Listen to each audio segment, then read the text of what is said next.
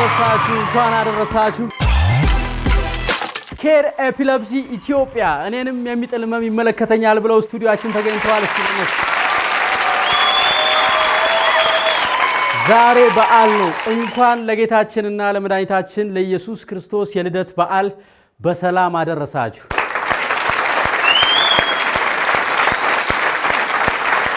የዛሬ እንግዶቻችን ደግሞ የበዓል እንግዶች ናቸው። እጅግ በጣም የተለዩ ናቸው። በዩቲዩብ ቪው ከ2 ሚሊዮን ከ1 ሚሊዮን በላይ ጊዜ ታይተዋል። በጣም ብዙዎች ወደዋቸዋል። ብዙዎቻችንን አስደንግጠውናል። መጀመሪያ ወደዚህ መድረክ ምጋብዝላችሁ የዛሬ እንግዳችን ራኬብ አብርሃም።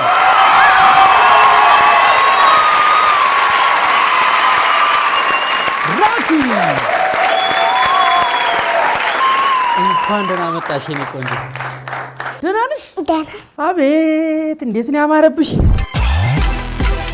በኢትዮጵያ ዲያስፖራዎች ሊመጡ ነው ሲባል ሰምተሻል? አዎ። ስንት ናቸው? 2 ሚሊዮን። 2 ሚሊዮን እርግጠኛ ነኝ 1 ሚሊዮኑ ካንቺ ነው። ዲያስፖራዎች ሲመጡ ምን ይዘው ነው የሚመጡት? ልብስ ዋናው ከዚህ ሲመለሱስ ምን ይዘው ነው የሚሄዱት? በርበሬ። አሁን ከቀሩ ምንድነው የምንሆነው? ከቀሩማ ይቅሩ። 1 ሚሊዮን ዲያስፖራዎች መምጣታቸውን በምንድን ነው የምናረጋግጠው? ወይ በየቤቱ የህዝብ ቁጥር ይደረግ ወይ ደግሞ በቴሌቪዥን 1 ሚሊዮን ዲያስፖራ ሰብስቡ ያሳዩ። ዲያስፖራዎች ወደ ኢትዮጵያ ሲመጡ ብዙ ጥቅም የሚያገኘው ማን ነው? ባለስልጣን። እንዴት ዲያስፖራዎች ምናምን በቴሌቪዥን ሲቀርቡ ስላቀረቡ ባለስልጣኖቹ ለነሱ ነው ብር የሚሰጣቸው።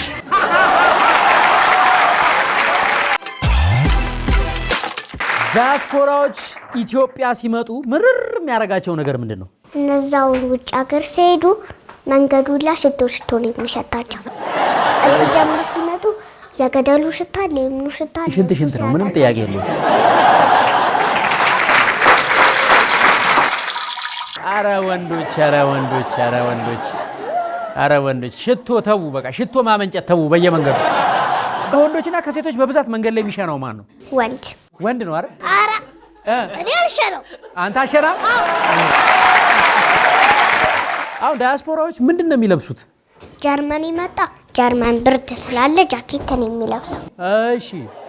ከዱባይ የመጣ ደግሞ ሙቀት ስላለ ኮፍያን የሚለብሰው።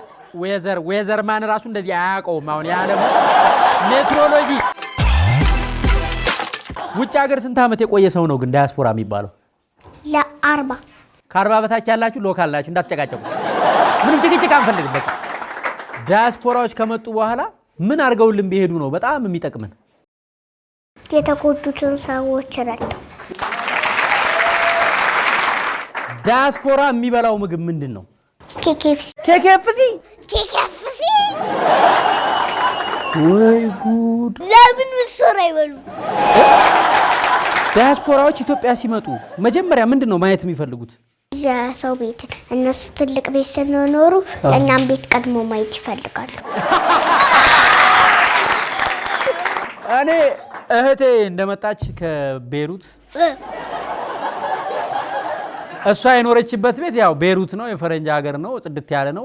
የኛ ቤት ደግሞ ጥላው እንደሄደችው የጠበቃት እና ስትመጣ ለካ ብዙ ቤት ውስጥ ያለው 60% እቃው ኮተት ነው ከሷ ግንዛቤ አንፃር ማለት ነውና እያወጣች በመስኮት መወርወር ጀመረች። ይሄ እስካሁን አልጣላችሁትም፣ ይሄ አያስፈልግም ስትል ማዘር ያው በስንቱ ተጣልቼ እችላለሁ ብላ በሉ በመስኮት ስትወርወር በጓሮ ይዛችሁ ነው አለች።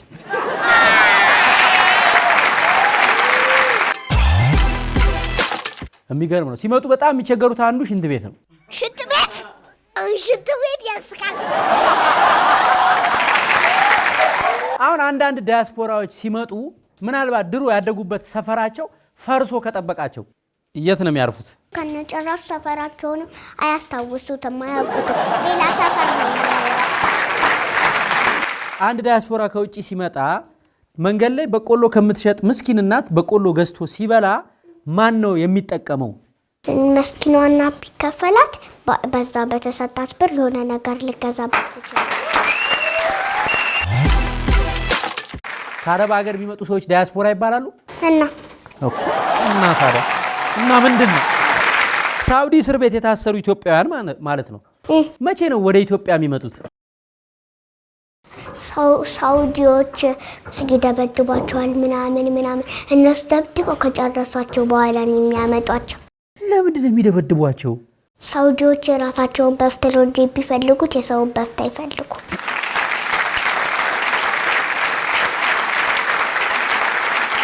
ሳውዲ የሄዱት ኢትዮጵያውያን የታሰሩት ምግብ ይሰጧቸዋል ይሰጣቸው ያቦኳሊጥ ነው የሚሰጣቸው መኝታስ ፍራሽ አልጋ አላቸው መሬት ላይ ነው የሚተኙት አረተይ ደግሞ እርጉዝ ሴቶች ህፃን ልጅ የወለዱ ሴቶችም ታስረዋል ይባላል አዎ ህፃን ልጅ እንዴት ይታሰራል ወይ እንትን ይገባላ ምን ጸባይ ማረሚያ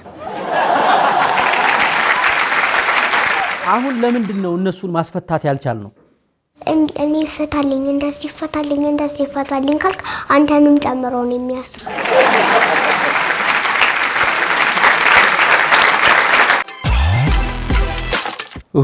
አሁን እሺ መፍትሄው ምንድነው አሁን እንደ ህዝብ ምንድነው ማድረግ ያለብን እኛ እነሱ ሳውዲዎቹን የራፍታቸው መፍት ነጥቀናቸው የኛ ደግሞ የሚፈልገው መፍት ማድረግ ነው ያለብን የራሳችንን መብት ማስከበር ነው ያለብን እንደ መንግስትስ ምን ማድረግ አለበት መንግስት ሳውዲ ያለውን መንግስት በአቅሙ ማሳረፍ አለበት አያትሽ ደህና ናቸው ኢትዮጵያ ውስጥ ኢንቨስት ሊያደርግ ሰው ሲመጣ መጀመሪያ የሚገጥመው ፈተና ምንድነው እሱ አሁን እሱ ያለውን ነገር ለመስራት ብዙ ብር አምጣ ስለሚሉት እሱ ይከብዳል እነማ ይሄ እነዚህ ፋብሪካውን የሚከፍቱ ሰዎች በጣም ተርፈናል ለጥቂት ተርፈናል እሸት ወስደናል ዛሬ አንድ ሰው ከውጭ ሀገር ሲመጣ ዳያስፖራ ከተባለ ከኢትዮጵያ ወደ ውጪ ሲሄድስ ምን ይባላል ተለማማጅ ይባላል እግዚአብሔር ብሔር አለው ማርያም የተወለደችው ከገሊላ ናዝሬት ከተማ ነው እሺ ጌታ ደግሞ የተወለደው ማርያም ተሰዳ ነው ወደ ዳዊት ከተማ ነው በበረት ውስጥ የተወለደው ስለዚህ እግዚአብሔር ኢትዮጵያ ነው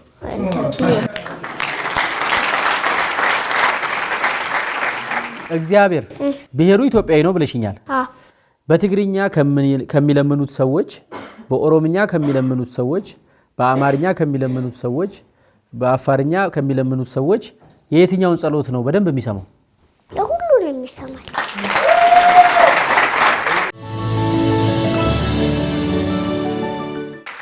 ግን አሁንኛ በብሔርና በሃይማኖት ተከፋፍለን ብንጸልይ ለምሳሌ ትግራዮችም የራሳችን ማርያም አለን ብለው ቢጸልዩ ኦሮሞዎችም የራሳችን ማርያም አለን ብለው ቢጸልዩ አማራዎችም የራሳችን ማርያም አለን ብለው ቢጸልዩ አፋሮችም የራሳችን ማርያም አለን ብለው ቢጸልዩ የማን ጸሎት ነው የሚሰማው የማንም አይሰማል እግዚአብሔር አይሰማቸው ስለዚህ ፈጣሪ ለየብቻ በብሔር ታጥረን ብናመልከው እንደዛ ሆኖ እግዚአብሔርን ማምለክ ይቻላል ይቻላል እግዚአብሔር ይከፋል እኔ እንደዚህ ብዬ ፈጠሪያቸው አንድ ላይ ሆኖ ብዬ ፈጠሪያቸው እነሱ ግን ተከፋፍለው ሆኖብኛል ብለው የሚያረጉትን እንዳለ አይሰማቸው ኦሜን ማተበጭ ብልስ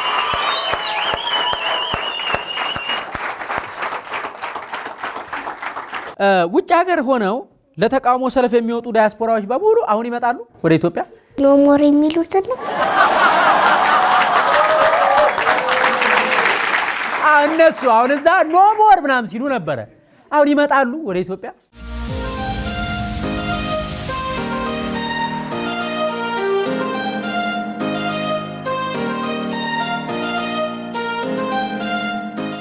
ይመጣሉ ሁሉም ይመጣሉ በቴሌቪዥን ላይ እንደዚህ ስትል ሰምቻታለሁ እዛም ስንቃወም ነበር እዚህ ምን እንቃወማለን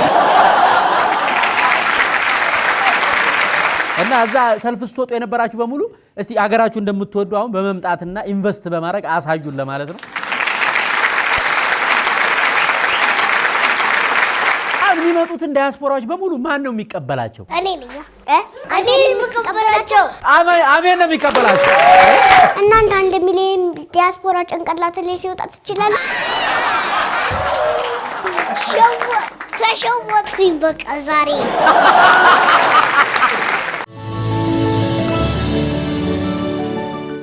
ዲያስፖራዎች ሲመጡ ጠቅላይ ሚኒስትሩን ማግኘት ይችላሉ?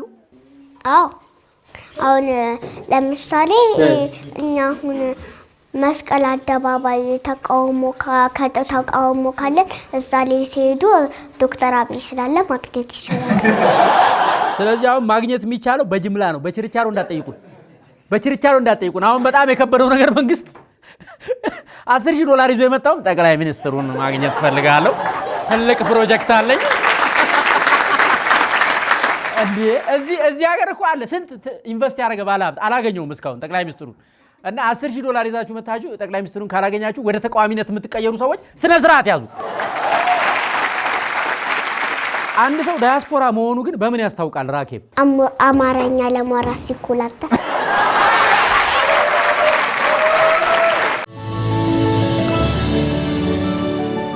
አንድ ዳያስፖራና አንድ እዚህ ሀገር ያለ ሰው ምግብ ቤት ገብተው ከበሉ በኋላ ሂሳብ መክፈል ያለበት ማን ነው? ዲያስፖራው። ለምን ለመጀመሪያው ቀን ስለሆነ ቤተሰቦቹን መጋበዝ ያለበት እሱ ነው። በየቀኑ ሲወጡስ ሊበሉ ምሳ በየቀኑ ሲወጡ ዲያስፖራው ነው መክፈል ያለበት። ወጪ ለምን ያስወጣቸው እንዴ? ከየት ያመጣል ዲያስፖራው? ከየት ያመጣል እንዴ? እዛ ስንት ሰርቶ ዶላር አግኝቶ አይደለም እንደሚም እዚህ ያለው ሰርቶ ገንዘብ ያገኛል እንዴ? እኮ እዚህም ያገኛል፣ ግን የግድ ዲያስፖራው ነው መክፈል ያለበት። የግድ? አዎ። እድሜ ልክ 40 ዓመት የለፉት የሰው ከርስ ሊሞሉ ነው እንዴ? ፍጥጥ መልስ አምጪ። እድሜ ልክ በቃ ሁሉ ቀን እኔ እድሜ ልክ መቻልኩኝ ካልገባም ዲያስፖራ እኮ ነው የሚከራከረው። ኧረ እኔ ብዙ ብር አለኝ እኔ ነኝ የምከፍለው ነው የሚለው። እንደዛ የሚለው እኮ የሆዱ በሆዱ አድርጎ ነው እኮ እየመረረው ነው። አሁን ዳያስፖራ የመጀመሪያ ቀን እውነት ነው ይጋብዛል፣ ከልቡ ነው የሚጋብዝህ። ሁለተኛ ቀንም እውነት ነው፣ ሶስተኛ ቀንም እውነት ነው፣ አራተኛው ቀን ግን እጁ ሊታጠብ ይሄዳል። ፍቅር ጨምረልኝበት ዋይ ካለቁብሽ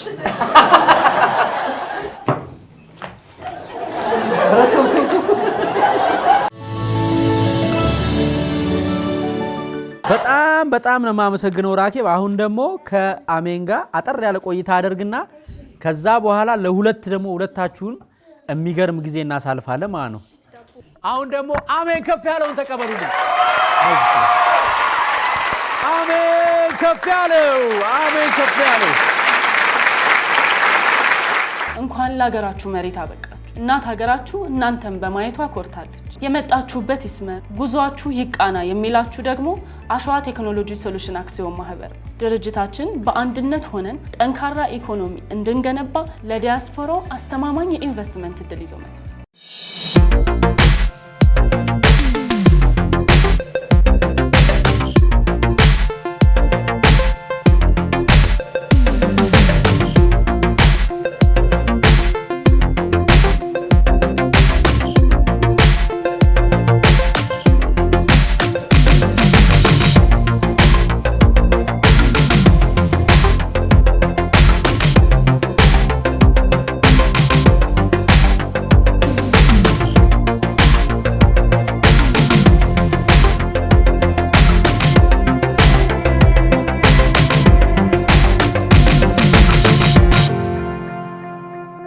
የስቱዲዮ ክራይ ይፈልጋሉ? ይህ ዋሳ ስቱዲዮ ነው። ይምጡና ያሻውትን ፕሮግራም በተዋበው ስቱዲዮአችን ይቅረጹ።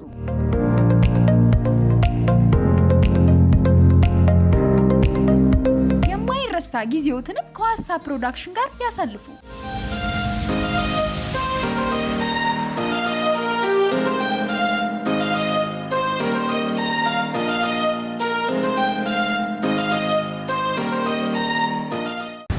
እንደዚህ አይነት እንደው ጥለሽ ልትሄድ እንደዚህ አይነት ነገር ይገባኛል። እንደዚህ ክፉ ነበር እኮ አንቺ ብትይ እንኳን መታገስ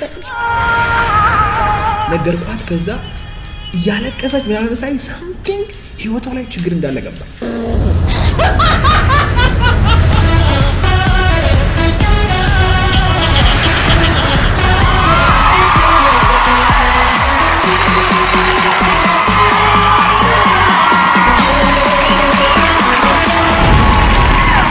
እንዲህ ቆሜ ለመሄድ በቅቻለሁ ዛሬ ማለት ካንቺ ደግሞ በጣም ብዙ ሺህ ሰዎች ይማራሉ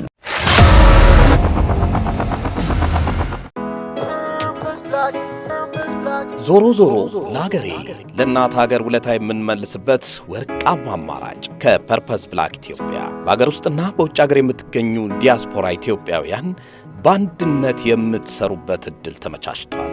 ኑ አብረን እንስራ። በሀገር አንድነት የሚኮራ ኢትዮጵያዊ በየትኛውም ሀገር ያለ ዲያስፖራ መዋለ ንዋዩን በማፍሰስ ህዝቡን ከስራ አጥነት፣ አገሩን ከውጭ ምንዛሪ እጥረት፣ ለገበሬው ምርታማነትና ለቴክኖሎጂ ሽግግር፣ ለአጠቃላይ የጋራ እድገት የሚሰራበት ጊዜው አሁን ነው። ከፐርፐስ ብላክ ኢትዮጵያ ጋር ኑ አብረን እንስራ። ዞሮ ዞሮ ለሀገሬ።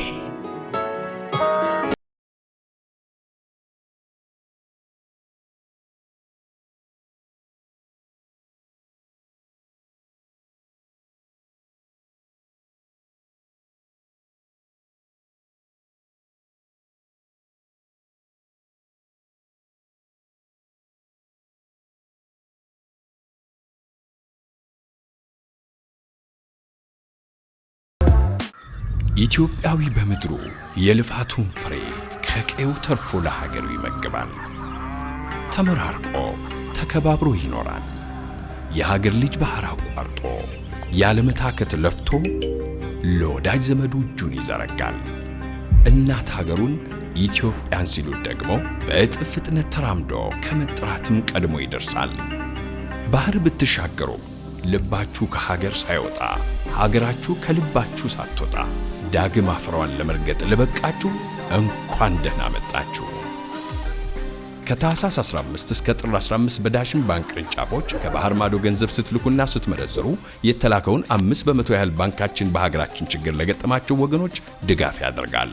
ዳጎስ ያለ ወለድ ባላቸው የዳሽን የዲያስፖራ ቁጠባ ሂሳቦች የውጭ ምንዛሬን ስትቆጥቡ የብድር አቅርቦት በማመቻቸት ቁጠባችሁን ከስኬታችሁ እናዛምዳለን።